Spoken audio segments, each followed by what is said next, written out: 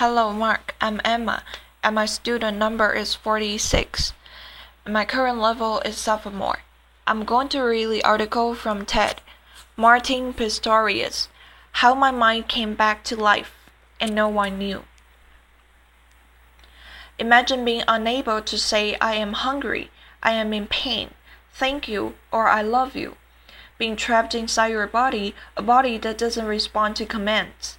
Surrounded by people, yet utterly alone. Wishing you could reach out, to connect, to comfort, to participate. For 30 long years, that was my reality. Most of us never think twice about talking, about communicating. I've thought a lot about it. I've had a lot of time to think. For the first 12 years of my life, I was a normal, happy, healthy little boy. Then everything changed. I contracted a brain infection. The doctors weren't sure what it was, but they treated me the best they could. However, I progressively got worse.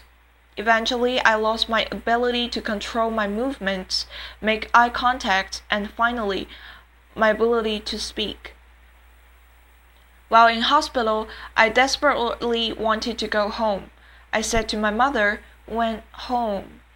Those were the last words I ever spoke with my own voice. I would eventually fail every test for mental awareness.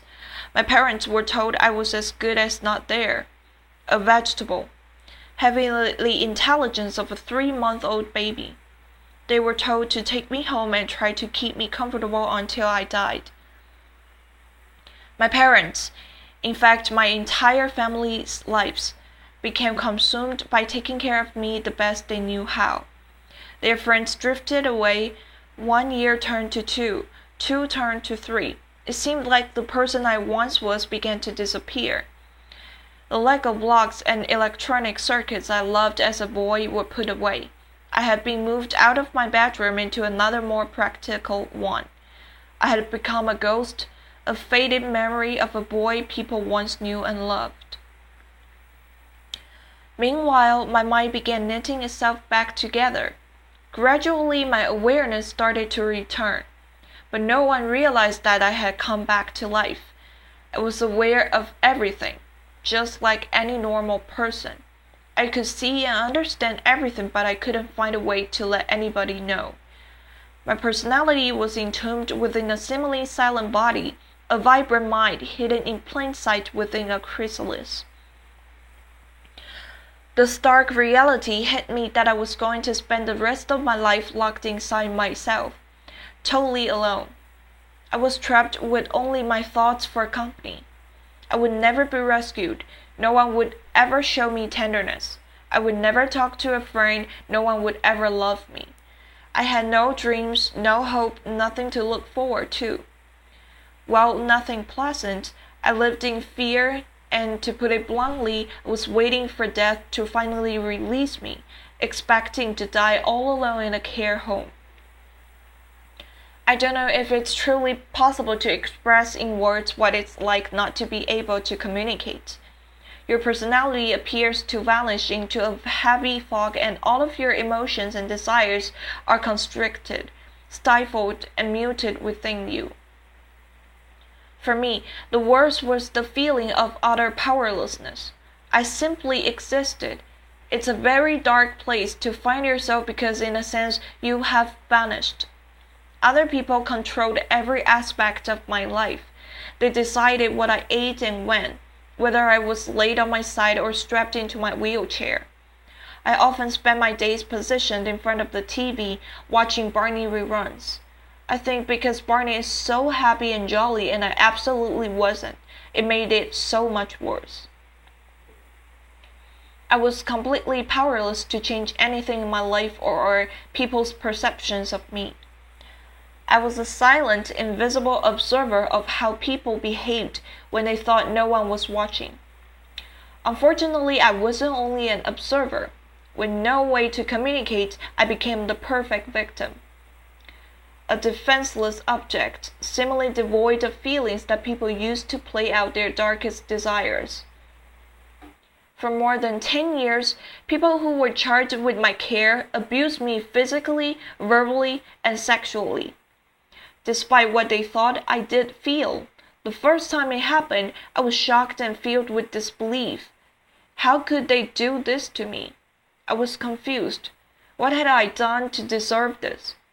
Part of me wanted to cry, and another part wanted to fight. Hurt, sadness, and anger flooded through me. I felt worthless. There was no one to comfort me, but neither of my parents knew this was happening. I lived in terror, knowing it would happen again and again. I just never knew when. All I knew was that I would never be the same. I remember once listening to Whitney Houston sing, "No matter what they take from me, they can't take away my dignity." And I thought to myself, you want to bet? Perhaps my parents could have found out and could have helped, but the years of constant caretaking, having to wake up every 2 hours to turn me, combined with them essentially grieving the loss of their son, had taken a toll on my mother and father. Following yet another heated argument between my parents, in a moment of despair and desperation, my mother turned to me and told me that I should die. I was shocked, but as I thought about what she had said, I was filled with enormous compassion and love for my mother, yet I could do nothing about it. There were many moments when I gave up, sinking into a dark abyss. I remember one particularly low moment. My dad left me alone in the car while he quickly went to buy something from the store. A random stranger walked past, looked at me, and he smiled. I may never know why, but that simple act, the fleeting moment of human connection, transformed how I was feeling, making me want to keep going. My existence was tortured by monotony, a reality that was often too much to bear. Along with my thoughts, I constructed intricate fantasies about ants running across the floor. I taught myself to tell the time by noticing where the shadows were. As I learned how the shadows moved as the hours of the day passed, I understood how long it would be before I was picked up and taken home. Seeing my father walk through the door to collect me was the best moment of the day. My mind became a tool that I could use to either close down to retreat from my reality or enlarge into a gigantic space that I could fill with fantasies.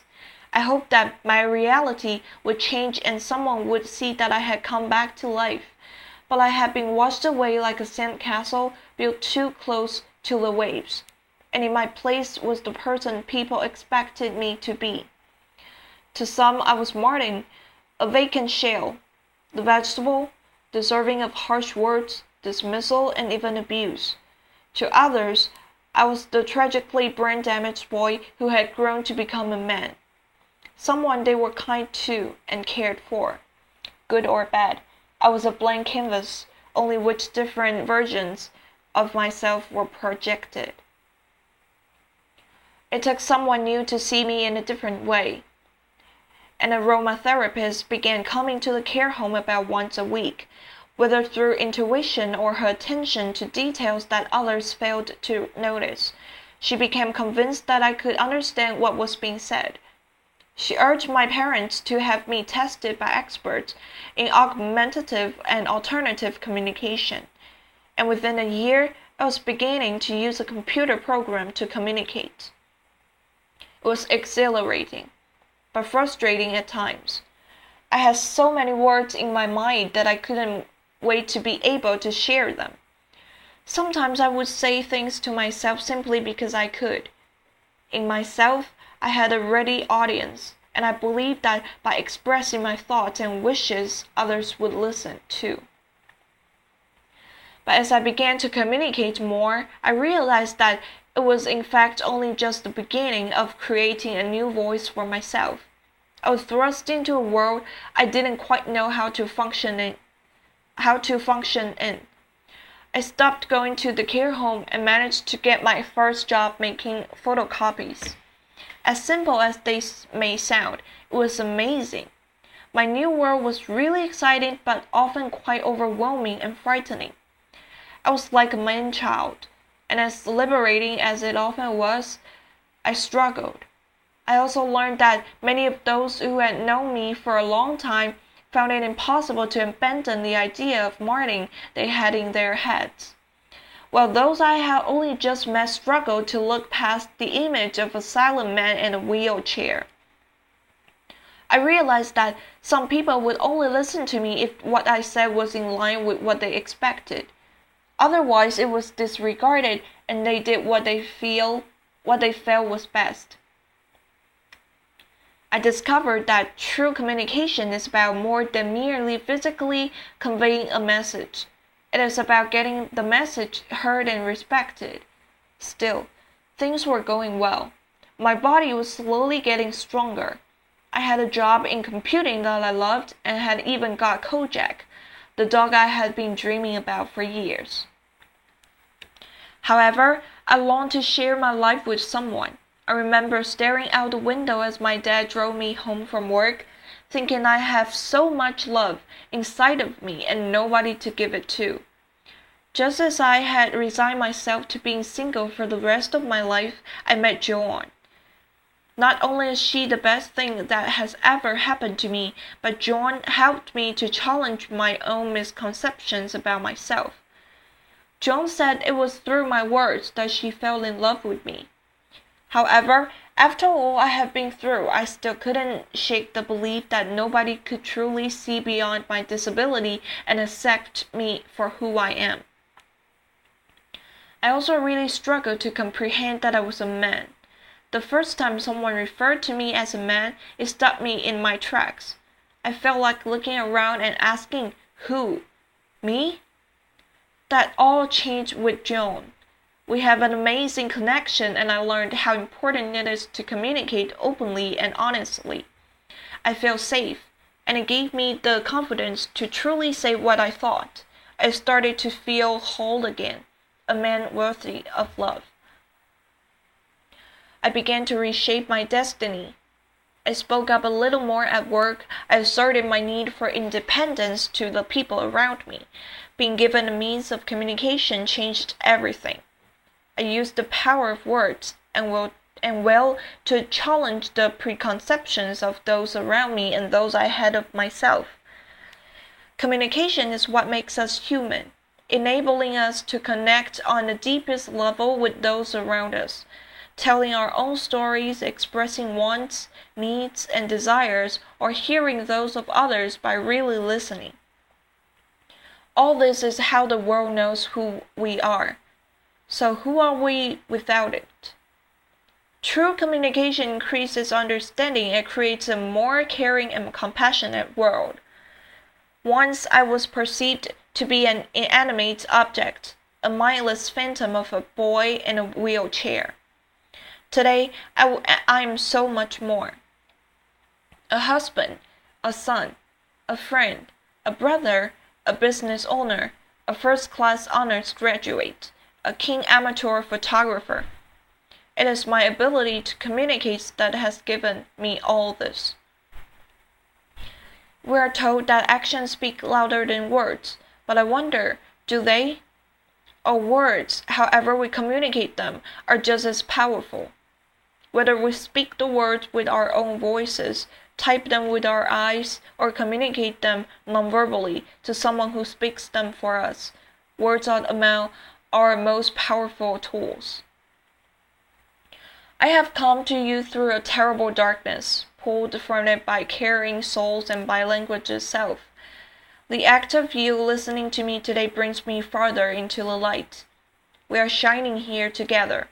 If there is one most difficult obstacle to my way of communicating, it is that sometimes I want to shout, and other times simply to whisper a word of love or gratitude.